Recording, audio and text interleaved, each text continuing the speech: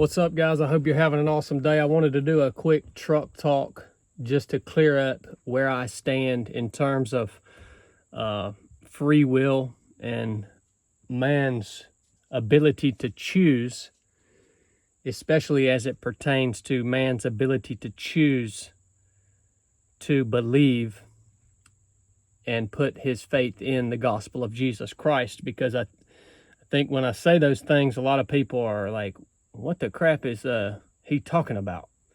And I understand that because I also believed for a long time that the genesis of my faith and this salvation was the day that I made the right choice. And I attributed that to myself. Man, I'm glad I made the right choice. I don't know why everybody doesn't make this choice. I hope I can convince you to make the right choice. And I realized by way of by way of studying the scriptures that isn't actually what's going on here. The verse everyone brings up is, "For God so loved the world that he gave his only begotten Son, so that whomsoever believes in him shall be saved." And the way most people hear that verse is, God so loved the world that he gave his only begotten Son, so that whomsoever chooses to believe in him shall be saved. But that's not what it says.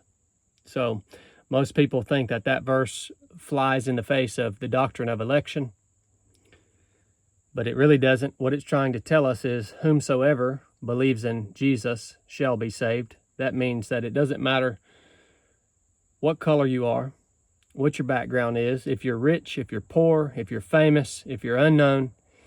It doesn't matter your nationality, where you were born, when you were born. There is no longer Jew nor Gentile. Doesn't matter who your mom and daddy were.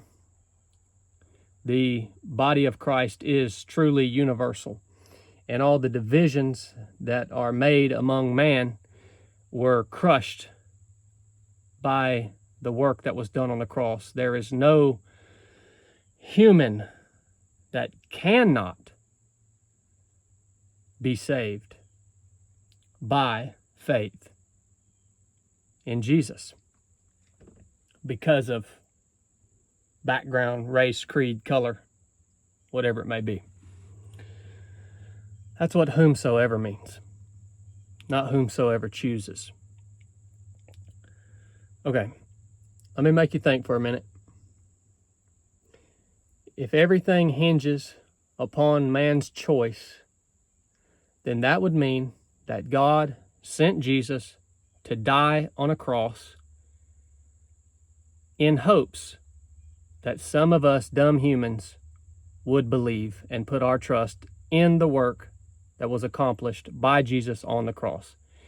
That would mean that if none of us humans decided by our own free will to make the right choice and believe in Jesus and the work that was done on the cross, if none of us made the right choice, it would mean that Jesus Christ indeed died for nothing, that God sent his Son to die in vain.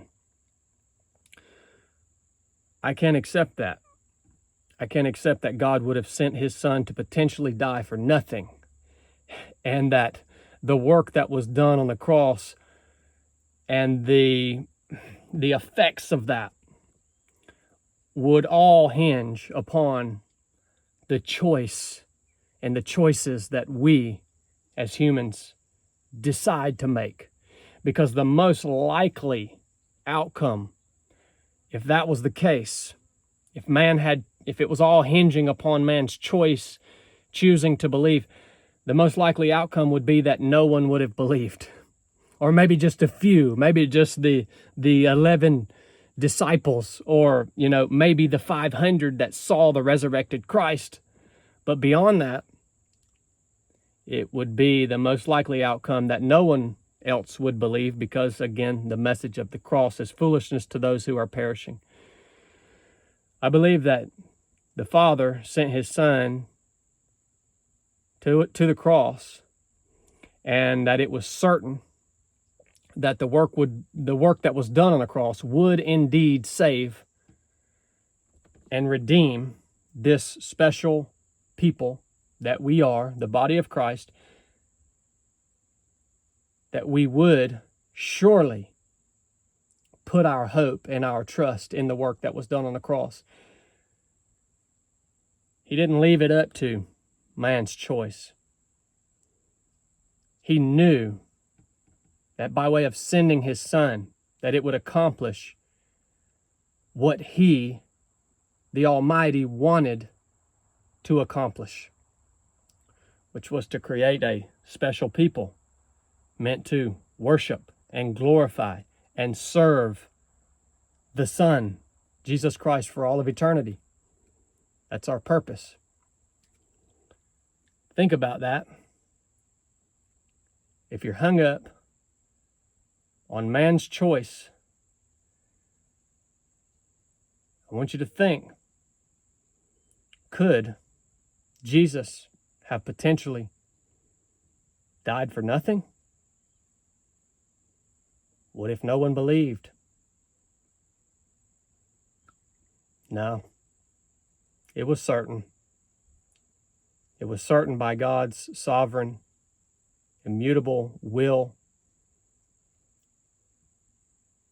It was certain that he would elect and call those whom he has chosen to elect and to call into the service of his Son. I love you guys. If you got anything out of this, go get you a hat, get you a t-shirt. Keep my man Chili in the dungeon. I'll keep these truck talks coming. Enough said.